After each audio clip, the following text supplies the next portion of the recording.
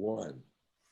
Shalom, everyone. It is great to be with you. I am joined with my good friend, Rabbi Marcus Mordechai Schwartz. Rabbi Schwartz, in addition to being a member of the Highland Park Conservative Temple Congregation, Anshe Emet, also in his day job functions as the director of the Matt Eisenfeld and Sarah Duker Beit Midrash at the Jewish Theological Seminary of America. And I have invited Rabbi Schwartz to come on here and to spend some moments with me in talking about some aspects of Pesach, since he knows a thing or two about the material, the world that it comes from. This is his area, the area of the Rabbinic. So it's great to have you. I'm going to call you Morty. You can call me Elliot here. Good. Absolutely. Okay. So focusing in on the Seder, we have at the core of the Seder, the Haggadah.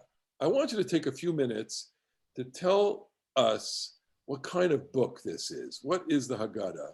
And I'm thinking like the 30,000 foot view. What is this book? What are its layers? How does this book work? Maybe how it was put together. Take your best shot. Go. So the Haggadah is an attempt to fulfill the mitzvah of Sipur Yetziat Mitzrayim, which is the telling of the story of the Exodus from Egypt. That mitzvah we find first in the Mishnah, in the 10th chapter of Mishnah Pesachim. Prior to that, you could kind of read both the biblical material, the material from Exodus, and also the older rabbinic material that's preserved in the Tosafta as a discussion of Hilchot Korban Pesach, as a celebration when the sacrifices were still in place, of eating the Korban Pesach, of singing hymns, of singing probably Hallel over the consumption of the Korban Pesach. The rabbinic material also assumes that there's a second sacrifice, the Haggadah sacrifice, that there are two different kinds of meat, that there's lamb and beef. Today we have brisket and poultry, but the notion was, if you look in the rabbinic material, if we don't have the Korban Pesach, we should at least talk about it, and that's what we find in the material, the older material that's preserved in the Tosafta. And then what happens when we look at the 10th chapter of Pesachim is we discover there that they've reimagined, I guess you would say, what the purpose of the evening is. They've reimagined that what we're doing is telling the story of the Exodus from Egypt. So let me stop you there and just go over a couple of things. You've mentioned the Tosafta, you've mentioned the Mishnah, you've mentioned a specific chapter of the Mishnah, you've mentioned the Korban Pesach. These are complicated ideas, and these are strata, layers of literature. I mean, can you use the model of archaeology or maybe geology to talk about the Haggadah and talk about the fact that there's a bedrock and then there are layers of this, and simply, I mean, why couldn't I just take out the book of Exodus and read, I don't know, the first dozen chapters of the book of Exodus and fulfill the mitzvah? Or the 25th chapter of Deuteronomy. Here's what I would say. I'd say that what I'm talking about is kind of like the prehistory of actually the Seder itself, what we call the Seder, the meal on the evening of Passover. I think I can identify like three stages. Like stage one is probably the sacrificial ritual, where people actually had the sacrifice and they were eating the Paschal sacrifice. They were and then, like I said, singing and was it done as a pilgrimage, or was it done at the home? Probably in Jerusalem. Although there's some evidence that there were some Jews who had a conception that you could do the Korban Pesach. It was like probably the only sacrifice that you could do outside the temple. That's not the rabbinic notion, but we know that there were some Jews, right? Josephus claims that the Jews of Rome performed Korban Pesach in Rome. And so the Paschal offering is like, I guess you would say, stage one. Once the temple's destroyed and there's no more sacrifice, either that people think, well, you can't do the Korban Pesach if there isn't a temple, even if you're not in the temple, or people adopted the rabbinic view, which was that you can't do any of the sacrifices outside Jerusalem. The way it worked in Jerusalem, the Mishnah tells us, is they would sacrifice all of these psachim, would be massive, attendance at the temple. They would do it in 3 massive sections where they would let crowds in and lock the doors and then do the sacrifice, and people would go out. And then they could eat the Korban Pesach anywhere in Jerusalem, anywhere that they could see the Beit HaMikdash. And so that evening, right, lots of people stayed in Jerusalem, right? And they would actually eat the Korban Pesach.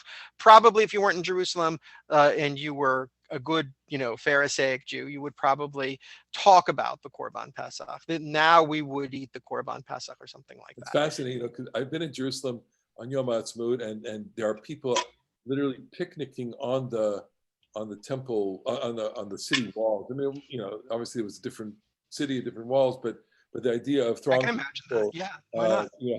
having a meal in the temple precincts, or in the precincts of Jerusalem. So let's go to that moment. The temple is destroyed in 70 CE. This is a crisis of more than existential proportions. Yeah. This is a moment that is catastrophic for Judaism and the Jewish people. And let me ask you about Pesach in the year 71. What do you think that looked like? Well, so I would imagine that in that first year, first of all, there's all the trauma that people are going to deal with. But I would think in that first year that people would know what to do generally, because there were lots of places where Pharisaic Jews or Rabbinic Jews were not actually in Jerusalem. It was the distance from Jerusalem to Modi'in was the area in which people had to sacrifice the Paschal lamb. Outside of that, they didn't have the Paschal lamb if you were a Rabbinic Jew, so you talk about it. So that's probably what they did in that first year, is they said, okay, this is when we would have the Korban Pesach, and this is what we would do. And they talk about it, then recite Hallel, and that would be it. Well, I think the next stage of development after that is probably the transition to Sipur Yetziat Mitzrayim, where it becomes about discussing the Exodus from Egypt. So this is what I want to ask you. Where can you detect inventiveness, creativity, the beginnings of novel ways of commemorating both the Passover sacrifice that had taken place in the temple, and also novel ways of telling the story of the Exodus? Do you detect that somewhere? And what does, and here maybe you can make reference to the first layer, which I guess is going to be the Mishnah here. The Mishnah, which, just tell us 2 seconds about the Mishnah and what is how that functions as the lowest strata or the earliest strata of the Haggadah. Right. So the Mishnah is, I guess you would say, the earliest voice of rabbinic literature. It is made up of repeated, transmitted, memorized traditions that are then organized in an oral form. And, it's not actually written down in its earliest period. It's probably transmitted orally. And it's an attempt to preserve rabbinic tradition from the time of the destruction of before the time of the destruction of the temple. But then there's also moments of great inventiveness and creativity where rituals and mitzvot are reimagined in a way that gives them kind of new purpose and new meaning, imbues them with new meaning. However, in this particular case, there's another collection that we actually have to consider as well, which is the Tosafta, which is written as a supplement to the Mishnah, and the text itself is actually edited in a later period, a period that's old, that's more recent than the Mishnah, yet it preserves much older material.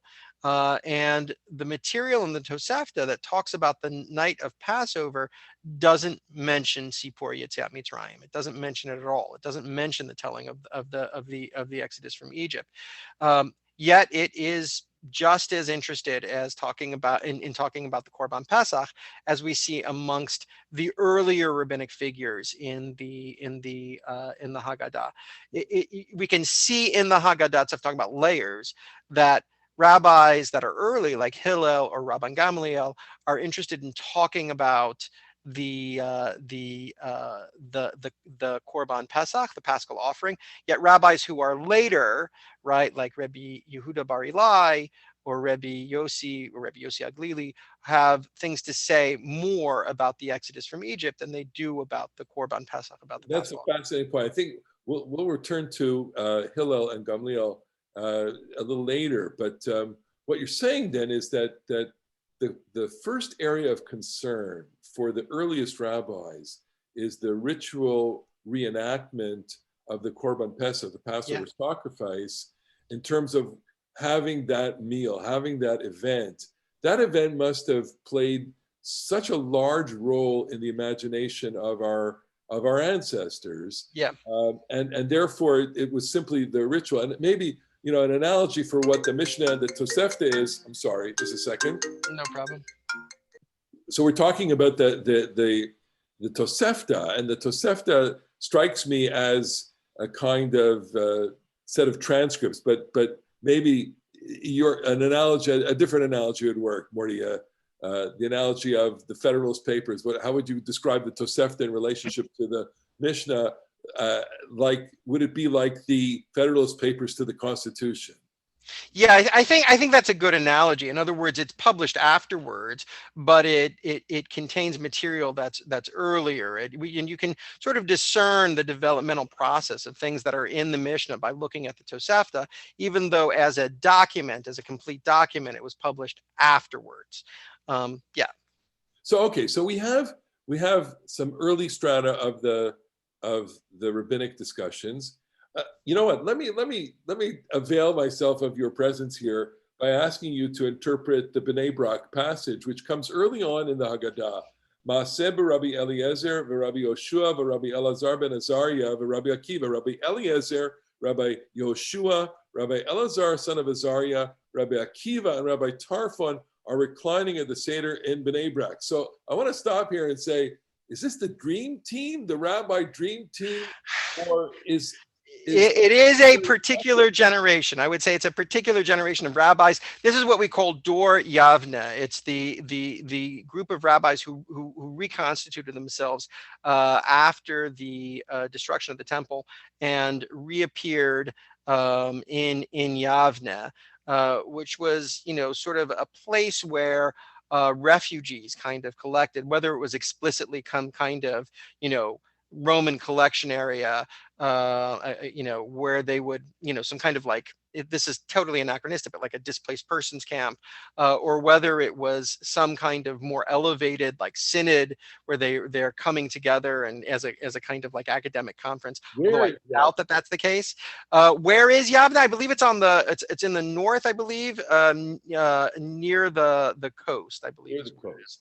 Yeah. So, and here the rabbis are in Bnei Brak. Is that the same Bnei Brak as today? It is. It's just south of Yafo. It's just a suburb of Tel Aviv. Today it's a suburb of Tel Aviv. Yeah, that's right. That's exactly right. What are they doing? What's going on in that scene? Yeah, if I'm not mistaken, that's the night of Pesach, right? They actually, or what we call Pesach. Yeah, and that's exactly right. They're talking about Yetziat Mitzrayim. I suspect that's been changed. I suspect what they were originally talking about was Hilchot Korban Pesach, and that somebody in some later period, we do have versions of the story where it's Hilchot Korban Pesach that they're talking. You were saying that they were probably engaged in legal matters, halachic matters pertaining to the Korban Pesach? Well, okay, so I guess I want to say that halacha, we think of it as legal.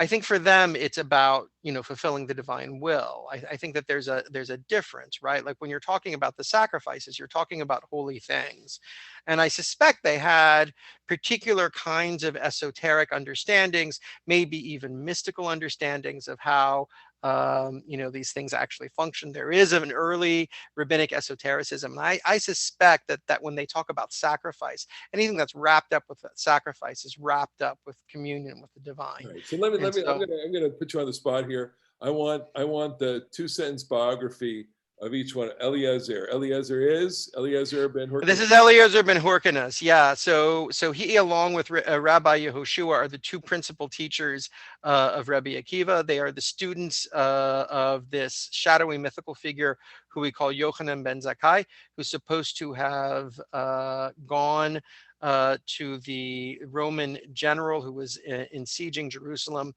kind of snuck out of Jerusalem in a kind of Count of Monte Cristo way, and managed to procure safe passage for all the various rabbis trapped in Jerusalem near the moment of its destruction. Rabbi Eliezer came from a very wealthy family, though his father apparently was not a supporter of rabbinic Torah, and he kind of had to run away from home in order to learn Torah. He's also referred to as the halachic outsider. He carries traditions that seem to be from the Second Temple period. He's not a creative figure. He's explicitly not a creative figure. He never says anything that he didn't learn from his teachers. So he doesn't engage in creativity. There's a very famous story in the Gemara in Baba Metzia in the 4th chapter about a dispute between him and the other rabbis about this oven, the Tanur of Achnai, which is an oven constructed in a way so that it's supposed to not gain any impurity. And he kind of held ground against them, even when a divine voice and various other miracles occur telling him that they're right. So a very stubborn figure. Rabbi Yehoshua comes in, is often a deus ex machina in the period. There he comes in and he says, Lo b'shamayim he, the Torah is not actually in heaven. And so we have the right to kind of be more creative. There in that spot, it's ironic. They're actually being machmir in that spot. They're actually being more stringent than Rabbi Eliezer in terms of where their creativity is leading them. But the other piece about Rabbi Eliezer that's really interesting is that in the Gemara and Avodah Zarah, it seems as though there was a sympathy that he had for early Christians, that he enjoyed hearing early Christian sermons, and we know that in fact he was excommunicated at some point and then rehabilitated. Rabbi Eliezer is also the first figure mentioned in the Mishnah, which is fascinating as well. Tell me why Rabbi Akiva is a singular character. What makes Rabbi Akiva great? Yeah, no, what made Rabbi Akiva great was his interpretive power, that he was able to come up with a form of Midrash that was Midrash Halacha that was compelling and also creative, and he was able to convince his fellow rabbis, with the possible exception of Rabbi Ishmael, of the greatness of his interpretations, of the correctness of his interpretations. And so it's what they call his hermeneutic power, right? His hermeneutic talent, his ability to interpret the text in ways that seemed both in continuity and also creative, that made him great. He also is probably responsible for the initial creation of the organizational system that we find in the Mishnah, and kind of the Mishnah is a document of Hillel, right? When we have these two different schools, the school of Hillel and the school of Shammai, right? The rabbinic tradition flows through Hillel, and then it flows up through Rabbi Akiva, and it's Rabbi Akiva's students who continue on the tradition of the Mishnah, not Rabbi Ishmael's students. And one more for our sake, which is, let's say a nice word about Rabbi Tarfon. Yeah, Rabbi Tarfon's a really interesting figure. Rabbi Tarfon's a really interesting figure because he seems to be a figure who's accepted and is honored. They hold him in esteem, and yet he seems to be a follower of Beit Shammai, even in this relatively late period where the house of Shammai is kind of like, sort of neglected, right? We follow the halakha of Hillel, except in 18 places. So then what does that mean, that you have this follower of Shammai who is who by the way, they excoriate on a couple of occasions for following Shammai as opposed to Hillel. what does it mean that he's there? And I think it speaks to kind of inclusiveness, that even though they're following a different path, it's still a rabbinic path, and meaning that Rabbi Tarfon's alternate path is still a rabbinic path, and that they're going to include his voice among the voice of all of these Hillelites. So it is from these rabbis, and of course the generations that emerge after them, that Rabbinic Judaism, as we know it, emerges. And the Haggadah then, and we don't have the time to look into more depth of it in terms of the lengthy, expansive passages that take place. This is rabbinic creativity. This is rabbinic literature. And just, sure. Can you take a minute to characterize this literature in some of its facets? In other words, I'm just going to pull out one example. Well, can I put an example? I'd like to look at the Yeholmi Rosh Chodesh passage, actually. So I'm gonna characterize the predominant genre that we find in the Haggadah. I want to say it's the predominant genre because I think the Haggadah makes up its own kind of genre. It's Sipur Yetziat Mitzrayim. That's the genre, but it's made up of other rabbinic genres, right? So the predominant one, the one that we find the most often, the mode we find the most often, is what's called halachic midrash or Tanaitic midrash, and this is the earliest midrashic layer that we actually find in rabbinic literature. The period of midrash stretches 1,000 years. People are still writing midrashim in Provence in the 11th and 12th centuries, but that midrash is Haggadic. It's about the narrative portions of the Torah. What we find amongst the Tanaim, these earliest figures who are the rabbis of the Mishnah, is that they're actually making midrash on the halachic parts of the Torah, on the legal parts of the Torah. And that's where the creativity comes in, because if you can use this midrashic technique, which allows you to interpret verses in really novel ways, then you can, in fact, imbue mitzvot with new life. The other piece of this, the other way that Midrash Halacha functions, as is justifications of existing practices. If there's a rabbinic practice that seems to be in contradistinction to the way the Torah is actually written, but they have a long-standing tradition, there are other Jews out there who maybe are practicing according to the simple meaning of the Torah, they're going to come up with retrojected justifications for this tradition that they have. And that's really the other way that Midrash Halacha functions. The third way it functions is just as we're going to interpret the Torah, and we're going to do it in a way that is reasonable and plausible and all of those things. So you do have all these three modes. The passage that you can see that's the most like Midrash Halacha like in the entire Haggadah is Yeholmi Rosh Chodesh. So this is let me just pull this up here.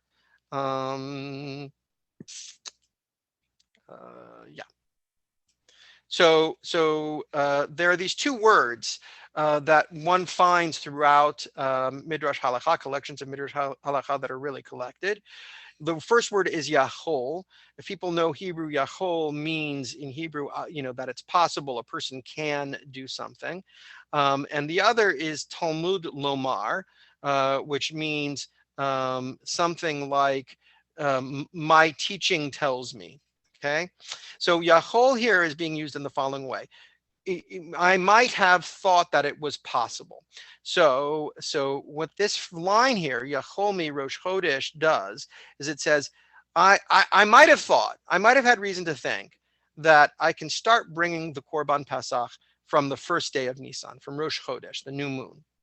Talmud Lomar, but in fact, my teaching tells me, Bayomahu, that in fact there's a verse that says you should bring in the 12th chapter of Exodus, that you should bring the Korban Pesach on that very day. Okay?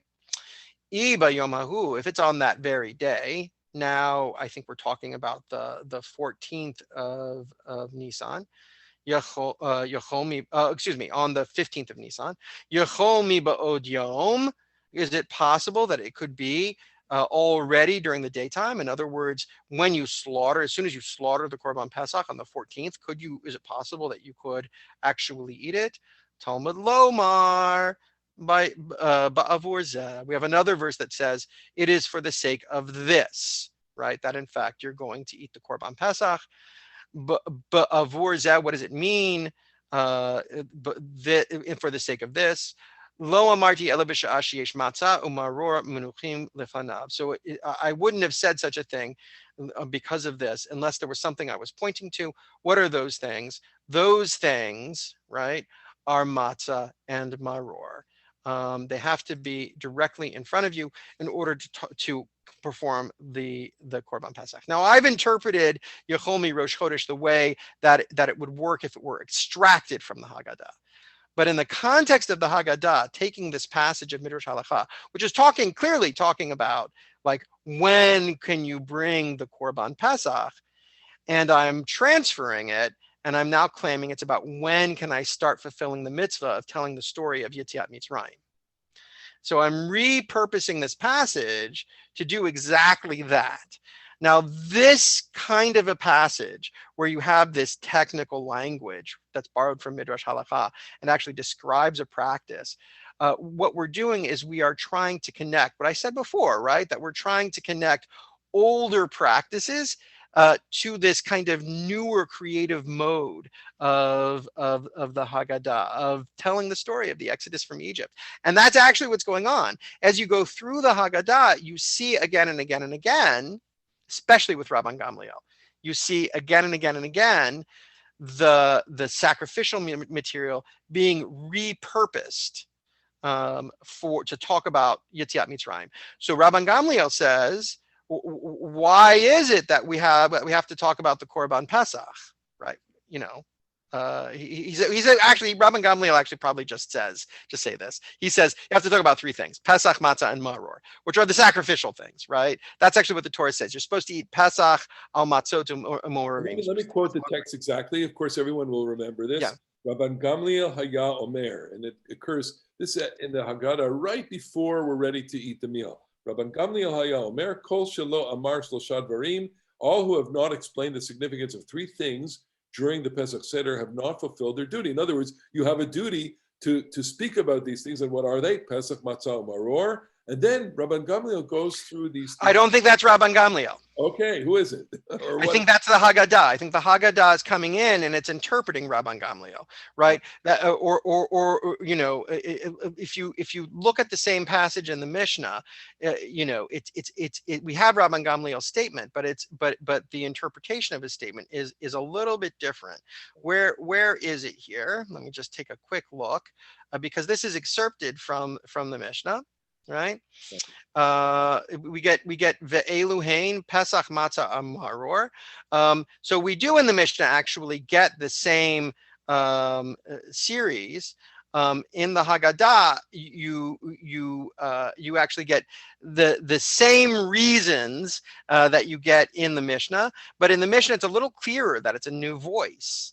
And that this isn't Rabban Gamliel who's then coming in and giving these explanations. So in other Somebody words, later comes in and says, well, why Pesach? Which is like a ridiculous question. What do you mean, why Pesach? Right? Because it's a mitzvah. And the answer, though, is Mishum shepasach hamakom al batei avotenu b'Mitzrayim. Because God passed over the houses of our ancestors in Egypt, which is not an answer to the question. Right? In other words, it doesn't tell you why Pesach should be connected with the act of redemption. Instead, what it does is it points to the wordplay, which is already present in the 13th chapter of the book of Exodus, where it uses the word pasach to mean either pass over or protect or whatever, and gives an etymology, like a popular etymology for the word Pesach. But this isn't an explanation of why we should talk about the Pesach, unless it's just to get us through the wordplay, and then, you know, we'll make it to the story of Yetziat. So what I want to ask you is that, is this a moment where we are seeing the process, question, answer, resolution, almost like what Talmud does? We're seeing it play out in real time here. Rabban Gamliel is the oldest statement, and then the al shuma, al shuma, al shuma. Those are added statements. Yeah, they're interpretations, right? They're interpretations that imbue the three things that Rabban Gamliel is talking about with Yetziat Mitzrayim, and each one of them does that. Al shumsha mereru ha-mitzrim et chaye avotenu b'mitzrayim, because they embittered the lives of our ancestors in Egypt, right? Well, I want to offer that idea, that process basically invites the participants into their own world of questions. I mean, after all, the Haggadah as a book is alive because it occasions our conversation now, and of course the conversation that is going to happen around the table. It makes it a live conversation, and here we have examples of all of that. I mean, right. Let's turn to one last. Well, I also think I just also want to say one thing. I think that process of interpretation, Midrash or in rabbinic literature, when they're doing it to other rabbis, they call it okemta, is the process of imbuing or sticking in the meaning that I need to see, right? That I think has to be there into things that are older when those ideas might not yet have developed. Okay, so now the one rabbinic personality and that's really empowering, right? What you're talking about, questions. That's hugely empowering, that I can imbue new meaning into, like, what is it? New wine in old vessels. Old vessels. Okay, let's conclude with the one rabbinic figure who already has a place at the meal, and Hillel is beloved among the Jewish people for lots of reasons, but I think one of the reasons that Hillel is most known, in addition to his famous statements in Pirkei Avot, if I'm not for myself, who will be for me, and all that, and of course the lovely story with the converts that come to be converted, quote, on one foot, which maybe doesn't mean on one foot, maybe means on one basic rule. So Zecher leMikdash ki Hillel. Hillel is in the temple. We have this brief recollection of what Hillel used to do. Kain asa Hillel bisman shebeit hamikdash haya kayam. So Hillel lived during the time of the Beit HaMikdash. Yes. And then he was a contemporary of Jesus. He was alive at the same time as Jesus. Haya korech petzach matzah umaror. He would correct. We understand this as a sandwich, but I would like you to offer your opinion as to whether or not it was a shawarma, a sandwich, or a wrap, I think there's no question that the matzah that Hillel is using is flexible. The Yemenites still produce a flexible matzah. It's just cooked very quickly, but it's possible to go from kneading to baking in less than 18 minutes and still produce a flexible flatbread. It's a spongy bread. Yeah. It's not a cracker like we eat. No, it's closer to a latha, I think, where you actually have where you wrap it up. But I do think that this is also in the genre of Midrash Halakha. I think that this is a hermeneutic that we see Hillel performing here. The verse that he's playing on, and it's actually mentioned here in the Haggadah, is al matzot umorarim yochluhu, that you have to eat the Korban Pesach, the Paschal offering again, with matzah and maror. But Hillel is interpreting the word al, which I just translate as a preposition, I just translated as with. It really means on, right? So in other words, to put the bread down, to put the maror, which is probably a leafy green, a bitter leafy green, and then to put the Korban Pesach on top of that, wrap it all up, and then eat it. They would have sliced basically some meat from the lamb, the roasted lamb, like pulled lamb or pulled meat. They would put it on top of the leaves and on top of the flexible bread. And it doesn't say that he rolled it up and dipped it in mustard, but it does sound like that. It sounds like he couldn't have put it in mustard because it would destroy the flavor of the Korban Pesach. So, but what charoset probably is a chutney, right? There is a kind of a notion here that you're going to use the charoset as like um, a uh, Condiment. a condiment, and that is the point. But it's supposed to be a chutney so that you can still taste the meat. You need to be able to taste the meat. Wait a You need to minute, wait a minute. So the is he bitterness of the eating maror. the bread, the maror, the lamb, and the charoset together, or is he? I think the way that the Bavli understands it, and its pious notion is that they must have put the charoset on and then wiped it off, Interesting. because you can't possibly have some other taste that was not part. It'd be like having 5 species instead of 4 species. So that's how they imagine it. But I do want to say this about it. Um, Hillel's opinion probably wasn't the only opinion, right? Like what they're asking about is this: can you eat, or is it the better way? Might be the better thing to eat the Korban Pesach by itself, and then to eat matzah and maror each individually? Or is it better, is that what the Torah is telling me, Right. that I should eat it together? And so that's Hillel's hermeneutic. That's Midrash halacha. He's in taking the verse, and he's saying the word all here doesn't mean with. Don't translate it as with. Take the word all here, and that it literally means on top of, right? That's how you should actually eat it. And All then right. So let me ask you. Let me try and ask you this question: Is the mindset of Hillel here creativity, inventiveness, maybe play, or maybe a little bit of a touch of humor, the same way that you would say, this is my specialty. When I make this, I do it this way. Or is there piety, reverence, awe going on here with a little bit of there's a way to do this that allows us to get the sense of the text. What do you I think he's trying to discover the divine will. I think that that's what's going on here. I think it's a pious attempt. I think that he really wants to find out what does the Kadosh Baruch Hu want me to do when I eat my Korban Pesach. Does the Kadosh Baruch Hu want me to eat them separately? Does he want me to eat them together?